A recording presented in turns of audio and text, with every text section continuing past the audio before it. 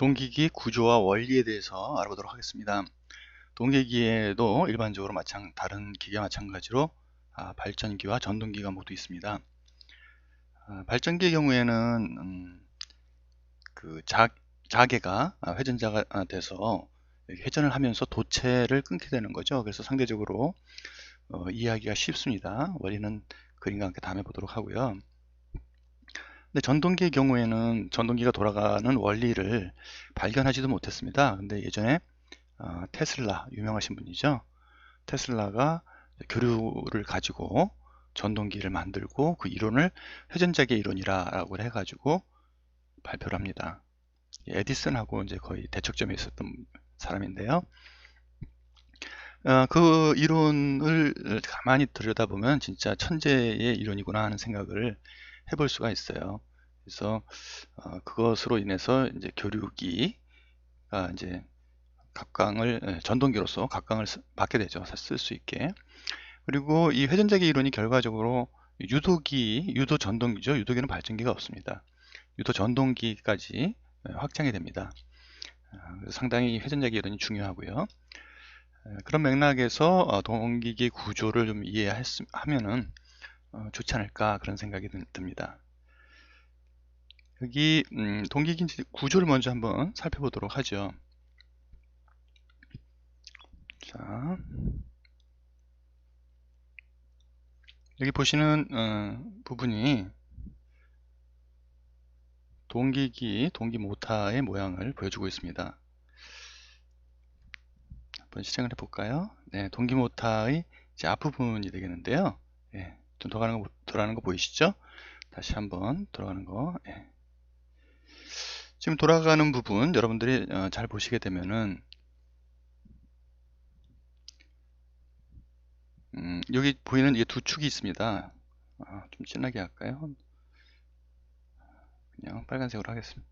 노란색으로 할까요? 빨간색으로. 자, 요 두 부분이 축이 있는데 이것이 이제 앞으로 그림을 그면은 이제 N극 S극 할 때 N극 S극 하는 회전한다 되겠죠. 이것이 지금 회전자로 이렇게 감겨져 있는 거고요. 그래서 N극에서 자기가 나와서 S극으로 이렇게 들어가게 되겠죠. 이 부분을 표시한다면 한쪽이 N극이라면 이쪽에서 자기가 이렇게 나가서 나가는 방향, 이쪽으로 이제 들어오는 방향으로 이렇게 해서 자결과 구성이 되겠고요. 이렇게 나가는 것들이 이제 고정자 권선 여기 보이는 거 있죠? 예, 이것이 이제 고정자 권선이 되겠습니다. 지금 한 선으로 이렇게 보통 표시가 있지만 여러 가닥으로 이렇게 표시가 감겨져 있는 거죠. 네. 그리고 여기 이제 보이는 요 구조물, 요 부분은 유도기 구조물이 들어가 있습니다. 동기기가 동기 전동기로 쓸 경우에 기동 능력이 없기 때문에 유도기를 이용해서 기동 능력을 갖추게 되는 것이죠. 자, 그 내용이 어느 정도 이해가 가셨나요? 다시 한번 그 내용을 보시면서 생각하시면서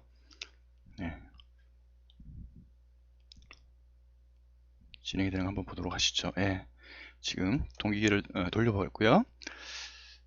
동기기 이제 뒷단을 보시게 되면은 뒷단에 이제 보시는 이 부분 여기 마찬가지로 이제 확인을 가능할까요? 예, 여기 보면은 고정자가 회전자 권선 전기자 그 계자가 이렇게 있죠. 이 아래쪽 거는 축 뒤에 가려서 안 보이네요. 이 아래 어디에 있겠죠. 그리고 마찬가지로 이 부분 고정자 전기자가 권선이 되겠고요. 그 다음에 여기 슬립링이 두 개가 있습니다. 그래서 여기 보이시는 계자를 자개를 하를 시키려면은 전기를 흘려줘야 되잖아요. 그래서 여기서 한쪽은 브러쉬를 통해서 전기가 외부에서 이렇게 들어가고요. 들어간 것이 이제 내부로 들어가가지고 이게 도체를 감겠죠. 감고 다른 쪽으로 나와가지고 다른 한쪽을 통해서 이렇게 나오게 됩니다. 예, 아까 보셨던 N극, S극 해서 여기 자개가 이렇게 건선이 감겨져 있는데 이게 이제 전원을 어떻게 공급을 해주느냐 이 부분을 우리가 계속 그 브러쉬와 슬립링을 통해서 여기 보시는 이 부분을 통해서 공급이 되는 것이죠. 네. 그런 부분을 이해하면은 전체적인 동기기에 대한 이해가 됐다고 이렇게 생각할 수가 있겠습니다. 자, 여기까지 이제 동기기에 대한 구조가 어느 정도 익숙해졌으면요, 그 내용을 가지고 한번 세부적으로 동기 발전기와 동기 전동기의 동작 원리에 대해서 한번 살펴보도록 하겠습니다. 지금 아까 말씀드린 발전기 원리부터 한번 살펴보도록 할까요? 그래서 발전기 원리는 여기서 보시면은 이것이 발전기 원리가 되겠습니다. 회전을 갖다 한번 시켜볼까요? 회전을 시키면 이렇게 발전기가 돌아가면서 전기자 권선을 이렇게 칠 때마다 전압이 유기가 되고요.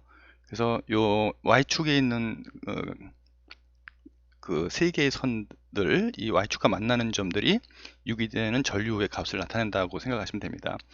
오케이, 지금 상태에서 지금 보면은 그 맨 위쪽에 있는 권선을 이렇게 지금 통과하고 있지 않습니까? 이 권선은 보시면은 선이 이제 뒤쪽을 통해서 연결이 돼서 뒷단으로 해서 앞단으로 이렇게 나오는 그 모양이 되겠습니다. 그리고 이제 코일 변이라고 그러는 것이 것이 이제 코일 변이 되는 것이죠. 그래서 이것이 연결이 되고 한 세트에 여기 자개가 이제 이렇게 나오는 것이 이 코일을 치게 되는 거죠. 이 코일을 계속 이렇게 시계 방향으로, 지금 반시계 방향으로 돌고 있으니까 반시계 방향으로 이것을 치게 되면 여기 이제 전류가 이제 흐르게 되겠죠. 그래서 흐르는 전류에 의해서 교류 전류가 흐릅니다. 왜냐, 한 번은 자개가 이제 위쪽 방향, 그 다음에 어떻습니까? 그렇죠? S극 할 때는 들어가는 반대 방향으로 이렇게 자개가 되겠죠. 이쪽이 돌아가서 이쪽으로 왔을 때는 그런 식으로 되는 거고요. 지금 현재 N극이 가장 크게 큰 자석이 가장 세게 이쪽에 있는 도체를 치고 있기 때문에 조금 여기 있는 중에서 가운데 부분에 가장 높은 전압이 유기가 되고 있고요.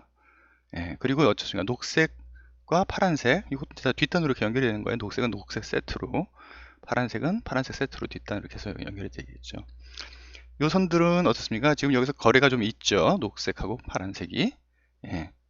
그리고 이제 요것의 극성은 사실 플러스 마이너스가 이제 요거 이렇게 플러스 극성으로 되어 있다고 생각을 하면은 바로 옆에 있는 여기는 이제 반대 극성이 되는 거죠. 그래서 보시게 되면은 요 밑에 나타나는 것이 파란 값도 파란 값과 파란 권선에 유기되는 값과 녹색 권선에 유기되는 값이 같죠. 동일한 크기를 가지면서 똑같은 크기죠. 위치가 비슷하니까. 그렇게 되는 걸 확인하실 수 있어요. 자, 요 개념을 이해하시면은 이제 이것이 돌아가는 원리를 파악하기가 훨씬 더 쉬워지죠. 자, 이제 그림을 한번 그려볼까요? N극이 가는 쪽을 잘 보세요. 빨간색, 파란색 제일 커지죠. 포인트가 지금 또 빨간색이 제일 컸다가 파란색이 맨 마이너스로, 그 다음에 녹색이 제일 컸다가 그 다음에 파란색이 제일 컸다가, 그쵸? 그런 식으로 권선 내 전압들이 유기되는 것을 확인하실 수가 있어요. 이것이 이제 발전기의 원리죠. 그러면 세 개의 상에 유기되는 전압은 120도의 위상차를 가지면서 세 개의 상을 갖다가 바깥으로 뽑아내서 공급을 하게 되면은 세 개의 상이 어떻습니까? 여러분들 여기 3상은 이제 바깥으로, 이게 한 번만 또 감는 게 아니에요. 여기 들어가 가지고 이렇게 해서 나오면은 앞단으로 연결돼서 다시 또 이쪽으로 들어갔다가 나왔다가, 그래서 여러 번 감기겠죠. 여러 번 들어가더라도 결국은 들어가는 부분, 나오는 부분이 바깥으로 이렇게 빠져서, 그죠? 최종적으로 한 손이 들어가서 계속 여러 번 감기고, 그 다음에 맨 마지막으로 이렇게 돌다가 빠져서 바깥으로 나오는 게 A, A' 이렇게 나오게 되는 거죠. 그쵸? 그래서 보면 나중에 B, B', C, C'도 다 바깥으로 단자가 이렇게 빠집니다. 그러면 A', B', C' 이런 거 갖다가 뭐 접지시키고, 그죠? 그렇다면 어떻습니까? 나머지는 A상만 접속하면은 그라운드와 A는 A상, 그라운드와 B는 B상, 그라운드와 C는 C상, 그렇게 얻어지게 되겠죠? 그렇게 A상, B상, C상을 각각 얻어질 수 있고요. AB 간의 단자 전압을 측정하면 어떻게 되죠? AB 간의 단자 전압을 측정하면은 성간전압 이렇게 나오는 거죠. 성간전압, 상전압 그런 것들이 다 이제 여기서 유래가 되는 걸 여러분들이 확인하실 수가 있습니다. 네. 이상이 이제 상당히 중요한 내용이 되겠습니다. 그래서 지우고요.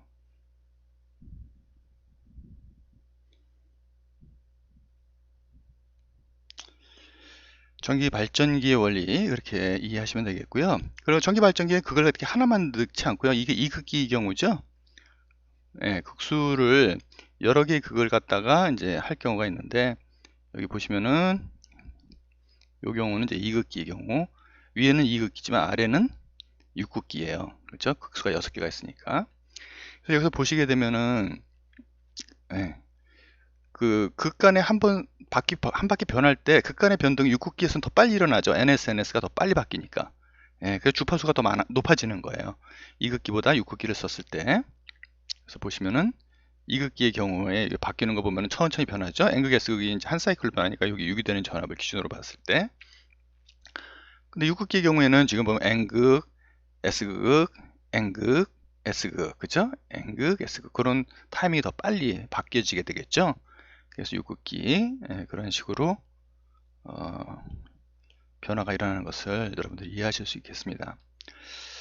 자, 전동기 발전기 원리가 이제 제일 회전자기의 원리가 이제 제일 클라이맥스인데요. 이쪽에서 이해를 하자면은 여기서 보시면은 그 전동기가 어떻게 해서 돌아가느냐 쉽게 말하면은 테슬라가 얘기한 것은 여기에 3상을 인가를 하게 되면은 이 3상은 이번엔 거꾸로 전원이 투입이 되는 거죠.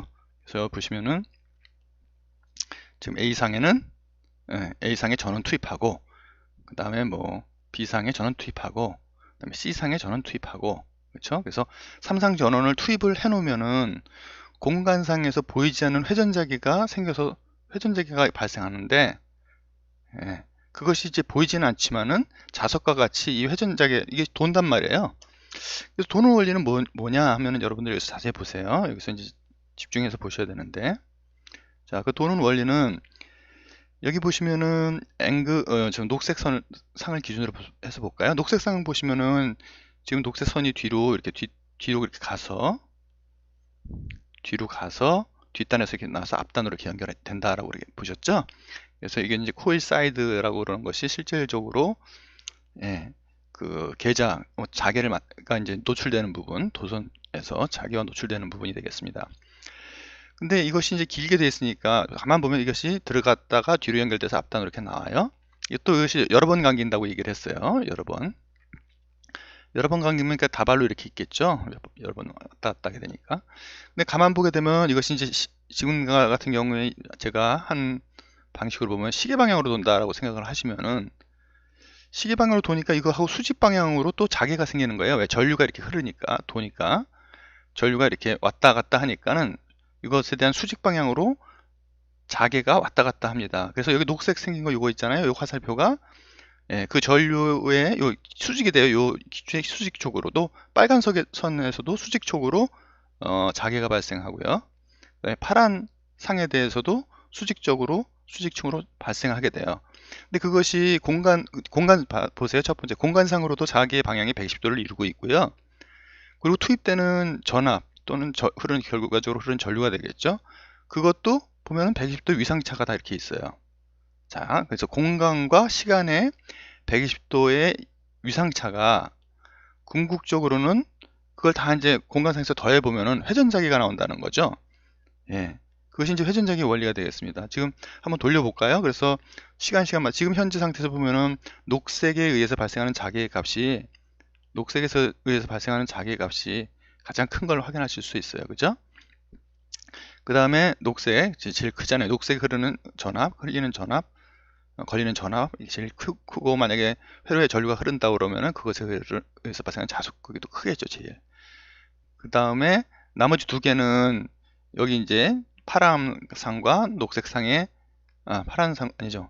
지금 현재 상태에 이게 제일 크다면은 나머지 두 개는 파란상과 빨간상 그렇죠. 파란상과 빨간상에 흐르는 전류인데 지금 흐르는 전류가 빨간 것은 반대 방향으로 값, 그 다음에 파란 것도 반대 방향으로 값. 그것에 대한 수직으로 발생하는 위치가 보면은 두 개의 값은 똑같은데, 예, 이런 방향으로 이제 만들어진다는 거예요. 그래서 요 세 개를 합치면은 지금 이제 요 방향이 되는 거거든요. 세 개의 벡터가 다 합친 것이 전체 여기 발생하는 생기는 자기의 값이 될 테니까요. 자, 요걸 갖다 한번 계속해서 볼까요? 여기서 이제 여러분들이 관심 있게 보시면은, 자, 애니메이션 시작하겠습니다. 자, 각각의 건선에 들어가는 흐르는 전류의 전압의 값이 바뀜에 따라서 흐르는 전류 값도 바뀌고, 그 다음에 자속의 값도 각각에서 바뀌게 돼요. 천천히 한번 살펴보세요. 그러면서 그 세 개의 상에 의해서 발생된 자기의 값들을 다 더한 것이 이제 진한 녹색입니다. 진한 녹색으로 발생하는 회전자기가 결국 이게 돌아가고 있는 걸 확인할 수 있는 거죠. 자, 이것이 회전자기입니다. 지금 여러분들께서 보시고 있는 요거, 지금 돌아가고 있는 요게 회전자기가 되고 있는 거죠. 그래서 보이지 않는 자기가 회전하고 있다 해서 회전자기입니다. 그럼 이 회전자기도 자석과 같은 건데 보이지 않을 뿐이죠.